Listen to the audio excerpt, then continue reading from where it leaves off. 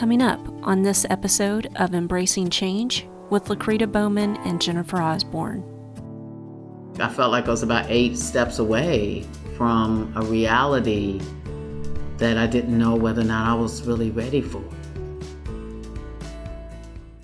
Today we are going to be talking about a very profound, deep subject related to Chapter 8 of Lucretia's book, Breaking the Cycle of Self-Abuse. And in that speaks to the moment you met your birth mother and how that kind of changed a lot of your identity and thoughts about who she was and who you were. So we're going to just jump right into that.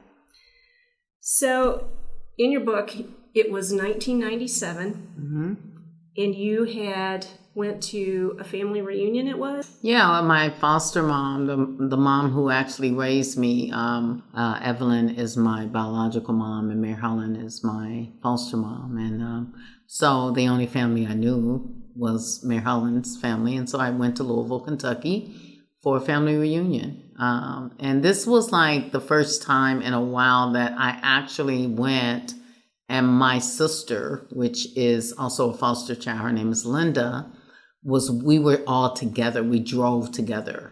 It was like we rented a van and we all went together. And that was kind of the first time that had ever really happened. I'm now knowing that it wasn't by coincidence. So. Yeah, God doesn't do anything by accident. My sister, Linda, realized that the park we were having the family reunion at was across the street from Miss Bernice's house. Oh, wow. And out of nowhere, my sister said, we were sitting there at the bench, and she said, I think Miss Bernice lives like right across the street from here. And then I said, who is Miss Bernice? And she's like, she's one of Mama's best friends. When we lived in Louisville and we used to come and visit, we used to always go visit Miss Bernice. And I said, oh, okay. I said, how does Miss Bernice fit into the whole picture? And she's like, Miss Bernice, Mama, they worked together at this dry cleaners, and they were all friends. And every Friday night they would get together and they would go get drinks and they would go to bingo. And she was just kind of giving me that information that honestly, because you got to realize that me and my foster sister that grew up in the same house was not that close, because she is 70, I'm going to be 60, so she's 10 years older than I am. But we also got to realize that I was always in and out of the house because I was in and out of girls' school, in and out of institutions. So, and then when she got 18, she graduated from high school. And then when she graduated a couple of years later, she married and had her first child. So I wasn't really that close to her, and we wasn't that connected. And so this was like a phenomenal moment. So she was kind of updating me about Miss Bernice. So I said, well, do you know where she lives? And she's like, yeah, I think she lives in that one house. It was like, she said she lives in one of these 3 houses. And even if she doesn't live there now, she used to. And she just said, I feel like I want to go over there. You want to go with me? And I was like, I guess. Yeah, I'll go. And so when we went to the house, it was so amazing, because soon as she knocked on first door, she thought that was the house. It was Miss Bernice's house. And Miss Bernice came to the door, and my sister was in front, and she's like, hey, Miss Bernice, you remember me? I'm Linda, Mary Helen's daughter. And Miss Bernice, from the South, being from the South, I think you're from the South as well, they don't meet strangers, and, it's something about the South people. And she's like, girl, get on in here. Get on in here, girl. She's like, oh my God, give me a hug. And so I'm just kind of following suit. I'm just coming in. And so I come into the house, and she's like, have a seat. What are y'all doing here? And then my sister told her, we're across the street. We're having a family reunion. All Mama's sisters is over there. Her brothers is over there. So Miss Bernice said, oh, let me get something together. I'm going to come over there too. And so by this time, Miss Bernice said, is this Pinky? Because they called me Pinky as I was growing up. My sister's name was Poochie.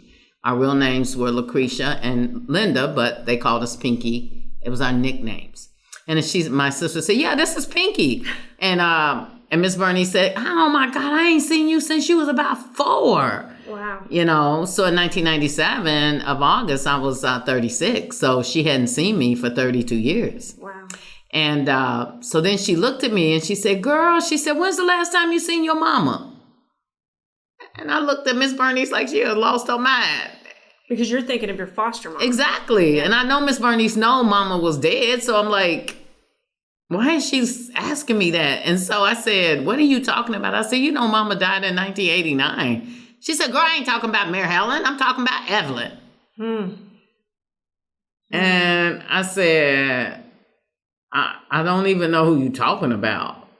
And she's like, oh, I'm talking about your mama who had you. She said, we used to all work together. And she just got to talking like I knew that. It was so, when I look back at it, it was so unnatural. But it was, again, a word that God's been giving me lately about catapulting me into situations. I felt like I was catapulted into a moment. But I have to take you back. This was August. And I have to take you back to April of that same year. I was in worship. And as I was in worship, I had got familiar with the Spirit of the Lord and the Holy Spirit and how He speaks to our hearts. And I now knew by this time, I'd been out of prison 5 years. I knew that the voice that spoke to me in prison was really the Spirit of the Lord speaking to Himself in me. And so I was having an encounter in April in the worship service. And I heard this still small voice say to me, I'm going to change your name. I'm going to change your name. As I change your identity, I'm going to change your name. And I just wept. Wow. Because for me, that meant so much because of everything I'd been through. And so I just kind of moved on. And then so coming back to August, Miss Bernice being in this moment was like a catapulting moment. And so I said to Miss Bernice, no, I've never met Evelyn. So no, I haven't seen her. I don't know where she is. And she's like, girl, your grandfather, he just lived like 3 or 4 blocks down the street. Do you want to go meet him? And I was like, I'm not really sure if I want to do all that, Miss Bernice. She's like, girl, look, you should go meet him. And so Miss Bernice got dressed and we went over into the park. And of course, she stayed for a little while. And then she said it again. She said, girl, you ready to go? Because, girl, we can just go right on down the street. And I'm telling you, I know exactly where you live at. And I was like, I don't know. So Charles was there. My son DeLorean was there. And my sister was there. And I said to my sister, I said, you think I should do it? She's like, what is it going to hurt? She said, worst scenario, it won't nothing to happen. Or best scenario, you'll meet your family. And I was like, okay, I'll do it. So me and Miss Bernice got in the van that we had rented to come up there. And it was just she and I. You had said in the book, though, that when Miss Bernice had actually proposed this to you to go and meet your birth mother, that you were not prepared for that decision because you figured in your head somewhere you would eventually meet her on your terms. In my way. When you were ready. And so here this huge moment is just thrust upon you and you have to make a split second. Like right in that moment, I got to make a decision. Or I could have not, really. Really, I could have not made a decision. When I look at it now, years later, I did have the power to choose not to. But for some reason, again, I keep saying, I don't really believe I had a lot of control in that moment. As much as I have been a control freak. And I don't believe it was a moment that I had control over, that it was something bigger than me that was happening. That was pushing past what would have been resistance in doing it. And so I just did it. And so I got in the van. We drove down a few blocks. We turned onto the street. Miss Bernice said, this is the house. Of course, Miss Bernice is, she was an older woman. She's probably at that point, she was probably about 78, 79. She had nothing to lose, I guess, at that point.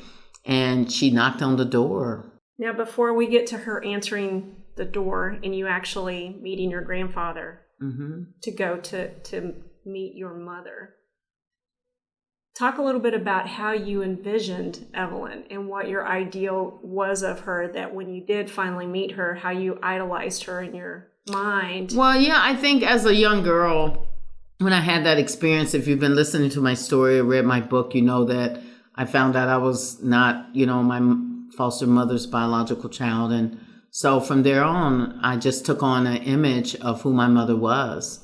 And I remember seeing, Tina Turner on the TV one day doing a performance on American Bandstand. And her name was Tina Turner. So I could identify Turner with me because my last name was Turner.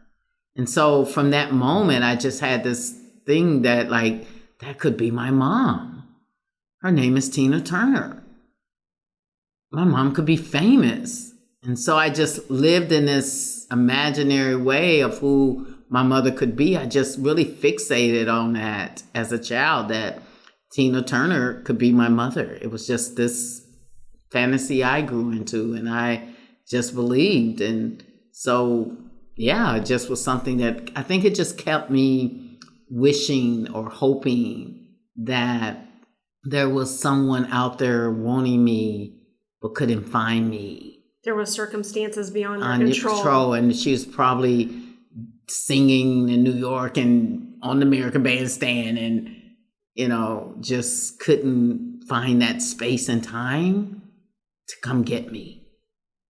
It was almost like the truth was harder to absorb, or maybe absorb isn't the right word, but the truth was more painful than the reality that you made, the fantasy that you made. That was... Yeah, of course. I believe that is, and I keep saying that with everything I do with Lucretia Speaks Truth, and pain is another drug.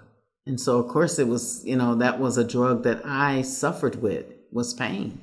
And so to think that someone didn't want me was more painful than to imagine that someone just couldn't find the time to come get me. Yeah. So you're with Miss Bernice, you're on the street to meet your grandfather for the first time ever. So talk a little bit about that. Yeah, I'm sitting, we pull up, I'm sitting in the van, and I look at the house, and I'm like, oh my God, surely to God, if Tina Turner is my mom, she wouldn't let her dad live like this. Surely to God. Right. I mean, and of course, so that reality began to be shaken. Tina Turner is probably not my mom. Or someone like Tina Turner. Or somebody like Tina Turner right. is not my mom. Yeah. Because why would she let her dad live in such conditions? It was more of a poverty-stricken neighborhood and ran down. And so Miss Bernice, I cut the car off. Miss Bernice got out and she opened the gate. It was like a little gate, and she walked up. And by the time I got out of my side and walked around to where she was already at the door knocking.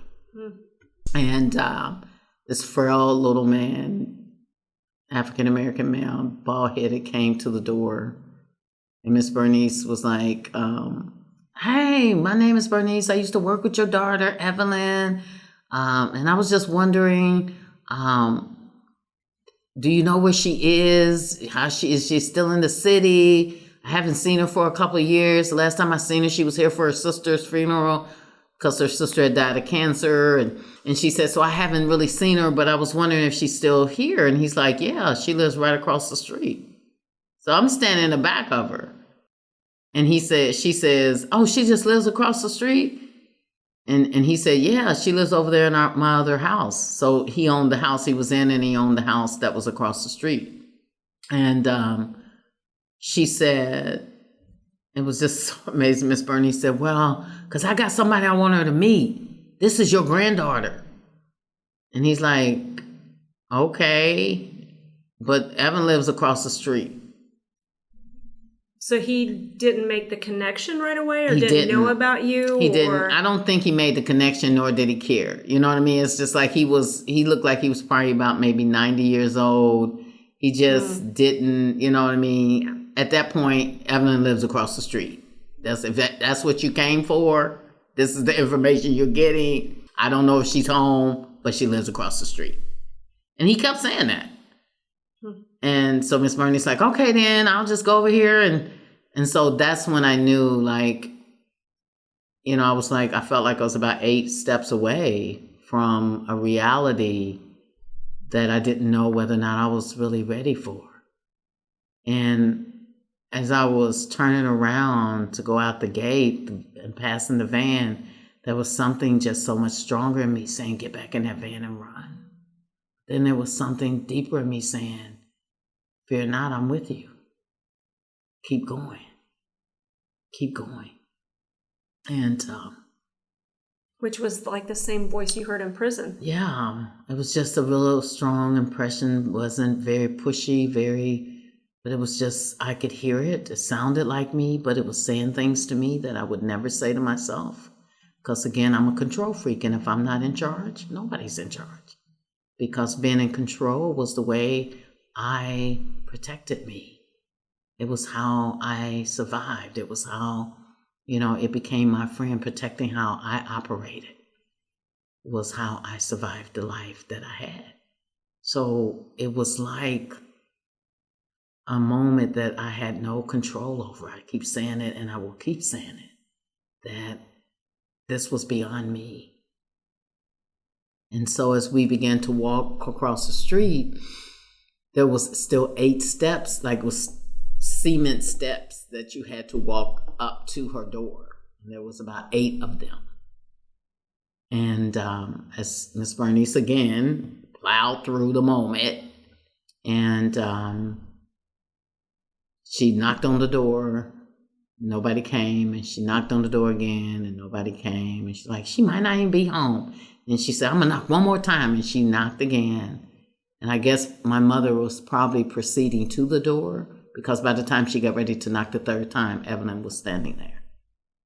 And she was just kind of saying hello, and Miss Bernice was like, hey, Evelyn, don't you remember me? And my mother was kind of like, she was like, kind of like, I would describe it in a moment like, not really, but being cordial, like, no, not really. Should I know you? And she was kind of making some words. I couldn't really understand it because I was standing there. And I probably was standing on the 4th step by that time. Not all the way up. Well, I was not all the way up. And so, but I could kind of hear the conversation. And so my mother was not a very, like me, very boisterous. She was very soft-spoken. A little woman, if she weighed 90 pounds soaking wet. You know, and so Miss Bernice kept explaining to her who she was. And she's like, we used to work at the dry cleaners together, me, you, Mary Ellen. And she, you know, she's like, we used to go out on weekends. And then finally, it sounds like my mother kind of started coming to it. And she was like, oh, okay, yeah. She said, and I saw you a couple of years ago. You told me your sister died of cancer. And then my mother was like, oh, okay, yeah, how you doing? She said, I'm good. She said, I got somebody I want you to meet. And so by that time, Miss Bernice turned around and looked at me. She said, come on up. And so I came up the steps a little more, and she said, you know who this is? And my mother's like, no, is it your daughter? She's like, no, she your daughter. And my mother's like, no, I don't have no other daughter. My daughter's name is Dolly. She said, no, this is the daughter Mary Helen had. This is your daughter. And my mother looked at me, and she then asked, I had a brother, his name is Philip. And Philip was like sitting on this porch area. It's like you walk up the steps and then there's a porch. And he was sitting there. And so he just was kind of like, what is going on here? And so then she said, well, y'all just come in. You know, my mother invited us in. When she invited us in, I just kind of looked around because I'm that kind of person I noticed was out of place versus what's in place. And so I'm just very observative. And so I'm watching, I'm looking, I'm like, wow, this is my mother. This is not the person I envisioned. Like, it was just like my heart just dropped. Like, it wasn't like excitement or whatever. It was like a disappointment. She in turn said, well, what's your name? And I said, my name is Lucretia. And she said, no, I have a daughter that Mary Helen had, but her name ain't Lucretia. Her name is Lucretia. Because you had been called Lucretia your entire life. Yeah. And she said, when was you born? And I said, 9/12/1960. She said, and what does it say on your birth certificate? I said, it says my mother's name is Evelyn Weaver. And she said, hold on. And she went in the back and she brought out a birth certificate. And it was the same birth certificate I had. And she looked at me and she said, wow, where have you been? I was like, you just said that I was with Mary Helen. I've been with Mary Helen. What do you mean, where have I been? I lived in Ohio with Mary Helen ever since you dropped me off that day and didn't come back and get me. And she's like, I didn't drop you off. She kidnapped you. And I said, if she kidnapped me according to the law, then she committed a crime. And why wouldn't you have sent the police to get me? Well, it's a long story. It don't matter now. And that's kind of like how she took it. And I was like, it does matter. I said, but I really don't want you to talk about my foster mom like that, because she's not here to defend anything you're saying. And I really don't want you saying that about her. And she said, but your name is not Lucretia. I named you Lucretia. And I was like, okay. And what does that mean? And she said, you're my daughter. And so my brother Philip is there, and I could tell he's on drugs, and he's having this moment, and he's like, oh my God, this is like a Jerry Springer. Where's she been? You know, and he was just having this big one. She kept telling him to shut up, and you know, and he's like, no, that's my sister. Why wouldn't you have told us about her? You know, how old are you? And I told him I was 36. He's like, and you 36? Okay, I'm 4. He said, you 36, I'm 40, so I'm only like 4 years older than you. He's like, where you been at? And I said, I've been in Hamilton, Ohio with my mom that raised me. And he's like, oh man, that's crazy. He said, Mom, you had another daughter and didn't even tell us about it. And he went on and on. It just became this big old circle moment. And I kept saying, yeah, you know, okay, y'all, okay, whatever. And so in that moment, though, I'm going to be honest, it was like an out-of-body experience.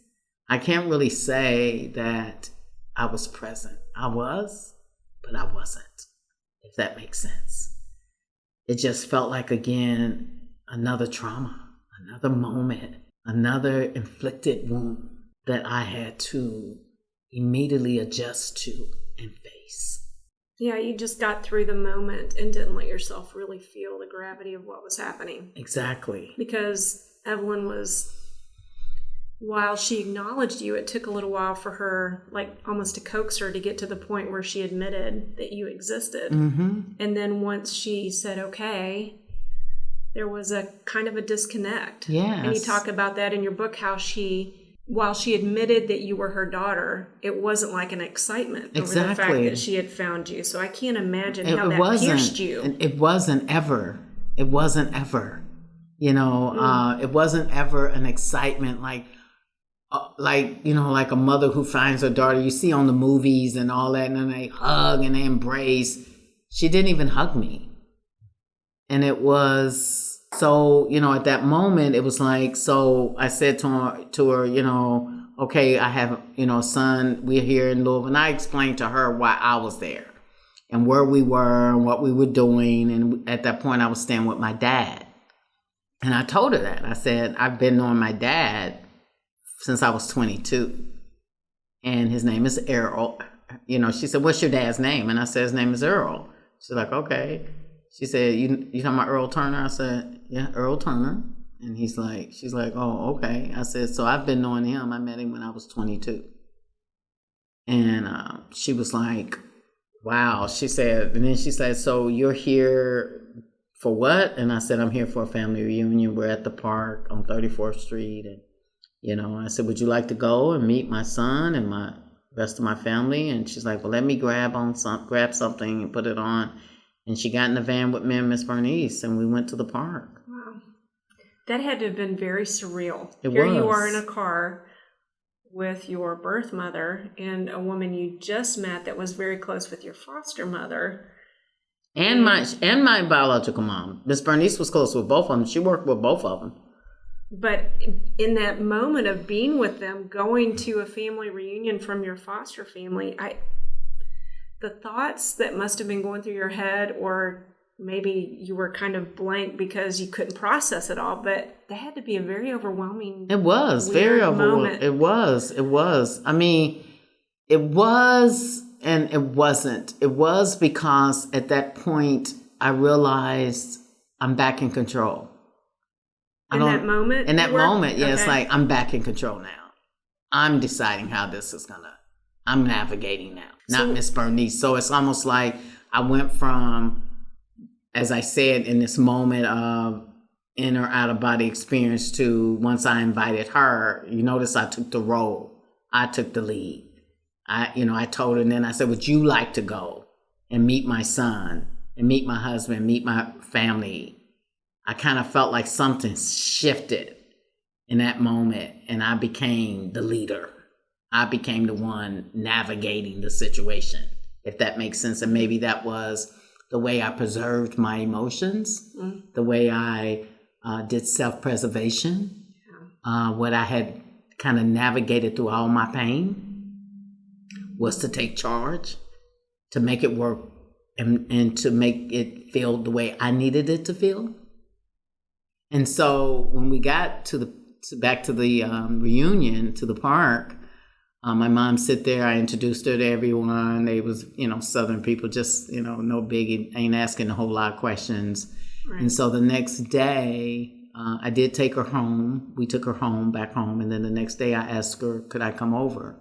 And so my son and myself and my husband went over, just the three of us. And I just will never forget, I looked at her and she looked at my son and she looked at me and she said, I hope that we can get to know each other. That's what she said to me.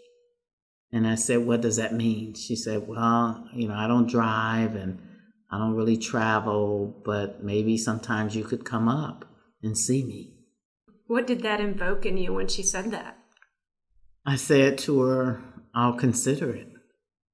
And so that was August the 3rd, 1997. My birthday was September the 12th.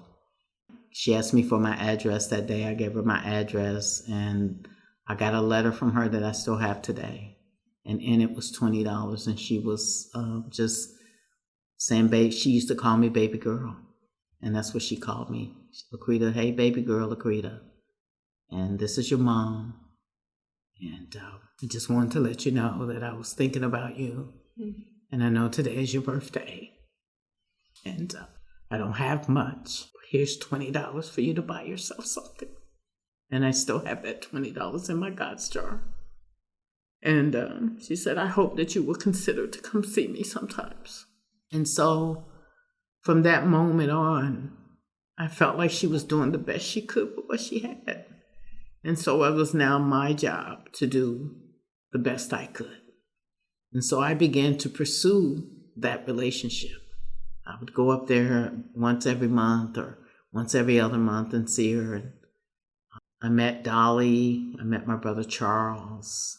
Philip, was just as crazy as a bed bug is the day long. And, but I met everyone. Dolly cooked dinner. We went to her house, and it still was surreal. I didn't know these people, but they were my family. So I got a chance to get over these 3 years because she passed away in 2000. So I had 3 years to get to know information about my medical history, about who I was and where I come from and who, just things like that. And by the time I met my biological mom, she had 3 heart attacks and had 2 some bypass surgeries. And like I said, she weighed 90 pounds. She was also biracial. My mom was biracial. I don't know if people know that. Her mom was white and her father is African American. And so, just getting to know all that and seeing pictures of my grandmother, who was a Caucasian woman, and kind of getting to know my grandfather. You know what I'm saying? He did pass probably about 4 or 5 months after that. And I went to his funeral, and he was a pastor and had been a pastor for like 50 years, and then he had retired. And I just kind of found out that my mom didn't raise any of her children, that it wasn't just me. She walked away from all of her children. Yeah, that my grandfather and his wife raised the other 3 primarily, just those kind of things. And so, one of the things that really happened too in this moment was that, now I gotta say this, now I got the revelation that I was gonna get a new name, right, and a new identity, but I didn't connect it the whole 3 years that I pursued, because see, I need people to know, I don't care how healed you think you are, there's always that little girl in you that still needs to be validated. And after she wrote me the letter and sent me the $20, that little girl was awakened again. And that's who, it wasn't a 37-year-old woman that was pursuing this woman. It was still that broken little girl that wished her mother had rescued her and came after her and made her life different. It wasn't my 37-year-old knowledgeable self. I was still seeking to be noticed, to say I meant something, to say I was valuable, to say that I mattered, to say that you loved me and that you did this because of love. I was still seeking, and I got none of that. Yeah. I got none of it. And so as the 3 years passed, on the 25th day of September, I got a phone call in 2000 that she was sick and probably wouldn't make it. And on the 26th day of September of 2000, she passed away. And I go to the funeral, and I get there, and I'll never forget this moment. I go to that coffin, and I see that body. And I realize how final this is. This is over. She'll never be able to give me what I believe I wanted. She can never make it right. She'll never make it right. Yeah. And so that makes your grief incredibly complex. The loss. Yeah. You're not just losing someone you love, you're losing the possibility of what could be, or whatever was, or will I ever know the truth? Will I ever understand it? Will it ever make sense? Yeah. And so in that moment that I was having in that moment, and I walked back to I had the obituary in my hand, but I hadn't read it. My husband was sitting there, and he leaned over and he said, I just want to say to you, don't be mad, but your name is not even in this obituary. I was like, what? He's like, your name ain't even mentioned. So by this time, I knew Dolly. So I went up to her and I said, what happened to my name? And she said, oh, I'm just letting you know, it had nothing to do with Mama's funeral. Everything she had already prepaid for. She had already told the people what she wanted. I said, what did you just say to me? She's like, yeah, Mama had did this like 10 years ago. She had put this together. All I did was carry out what she wanted. I said, so you're telling me that she did this 10 years ago.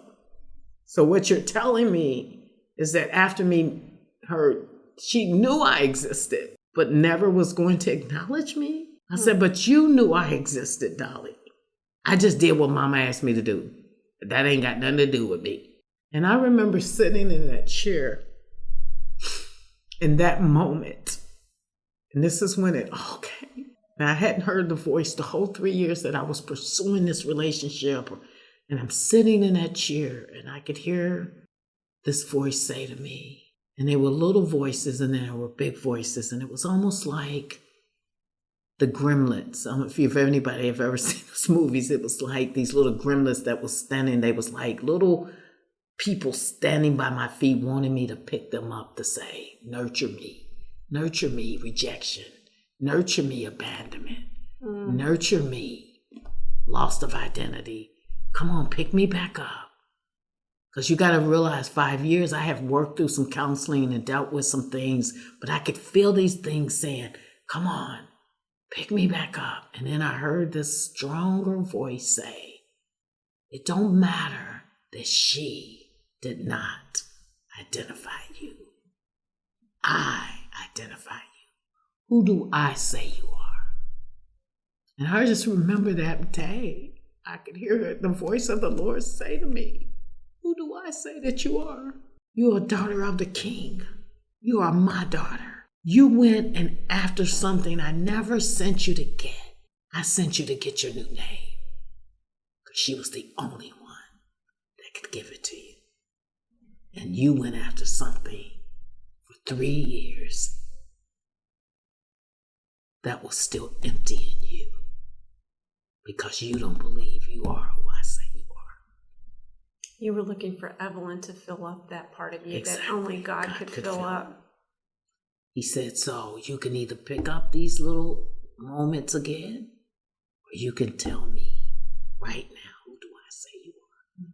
And in that moment, I sat there and I wept and cried. And I'm sure people at the funeral was thinking I was crying because of her. But I was having a moment with God that only He could have healed. And I said, I am a daughter of the King. I am who you say I am. I am now a new creation. I am who you have always said. That you knew me before the foundations of this world. You knew my name. When I made my bed in hell, you was there, as it says in Psalm 139. Before the foundations of the world that was laid, as it says in Ephesians, I was there and you was there. Before I was in my mother's womb, you knew me, as it says in Jeremiah 1:4. Yeah, that's who I am. This hurts like hell, Lord. But I know you'll heal me if I let you. And so I went back into counseling after that for another year to really deal with that wound. And that's when the Lord showed me, your name is Lucretia. She's never been in prison. She never stole. She never was abused. She was never homosexual. She never lived in promiscuous. She never, did these things. Not Lucretia. Lucretia did that. So let's let go of Lucretia. Let's get introduced to Lucretia, who I say you are. And your mother, Evelyn, was never meant to be your mother. I gave you to Mary Ellen as a gift, and you could not receive it because you believed that your way was better than mine. So it was another healing, another moment, another time. And so in that year, I went through that pain and I embraced again how I want to control stuff. He said, not once did you ask me. And I didn't. When all this happened and I told you I took the wheel, not once in them 3 years did I ask him, why am I here? You just pointed to something and said, she will make me complete. Or I didn't even point to it. I just took back the characteristics in which I was used to. Yeah. Running my life. Most of us do that, whether we believe it or not. We like to run our lives. Mm-hmm. We like to tell God how it should be. Should be. Yeah. If we be honest. Yeah. We like to tell him how he should have done it. Yeah. And so we began to write the story we believe best fits the narrative. Yeah. And that's what I did. And that day at that funeral, he showed me again, I am God and God alone, not you. But I had to go in some more counseling to deal with that. You know what I find that's important to point out, especially for people who might be listening to this and they're getting into a new place of another cycle of healing, that your prior healing that you had encountered was still valid and still there. It's just this new part was It's like layers. Healing it's is like layer. I'm 28 years in it. I'm in counseling right now. So yeah, it's like a car. You take it to get oil changes every 3,000 to 5,000 miles. You take it to get a tune-up. Some of us take better care of our cars and houses than we take care of ourselves. And so I just say yes. Every time a level of something you don't know how to navigate, what I've learned now and learning is that I have to ask God, why am I here? right, What are you trying to teach me? What am I to get out of this? right, And can you drive this and not me? So yeah, it's just, but it takes all of those moments, and it will continue. It says line upon line, precept on precept, here a little, there a little. That's what the Bible says. That means, in other words, we wake up gradually. We learn piece by piece. We gather information about who we're not just as well as who we are. And we get to a point in our walk and our journey after we've hit our heads multiple times, and we keep hitting it, and the pain gets greater. It's usually two things that usually will bring you to your knees. Suffering and pain brings you to your knees greater than anything. But God is teaching me that let joy bring you to your knees, Lucretia. Let the moment that you're in bring you to your knees, even if it's an experience you never had. Not the greatest piece of my life, humanity. And I'm in a new season of learning how to validate them with truth and empathy. But that's not something I'm mostly great at. I'm great at making things happen. That is, naturally I'm in the disc, I'm a DI, and in the Enneagram, I'm an 8. Again, the number 8, I'm an 8, I'm that, NF, I think I'm an ENJ something, in different things. That means I'm strong, dominant, alpha person. I'm an alpha girl. I'm an alpha woman. That's who I am. I get it done. I know how to get it done. I think about it. But what I'm learning is that the vulnerability of my life right now is that I've went to God in the last 4 years to say to him, I don't know how to operate well in an emotional way with your people. I know how to get the job done, but I don't know how to connect. So I need you to teach me. And so I've been in this classroom where he is teaching me to be smart, meaning emotionally intelligent with people. He's teaching me to feel the grief of loss and the understanding of joy and the disappointments and the letting goes, and the people don't just wake up to hurt you, Lucretia. They're preserving themselves, and you don't have to be so defensive, and you don't have to be right. You can win. There can be a win-win. There can be a compromise. That doesn't make you weak. But I had to learn, and I'm learning these things at 59. Because the thing about this life, you get opportunities. You can stay the way you are, or you can choose to grow and become some that you always was meant to be. And just because I was delayed, I wasn't denied. See, I was delayed in my development because of my pain. But God didn't deny me of my development. I had to choose it and say, I want it. I want to do and be the best version of the me you created. From all my pain and all my experiences, all my lost identities, all these things that I thought I was and I wasn't, I want to know the freedom of me. Who am I?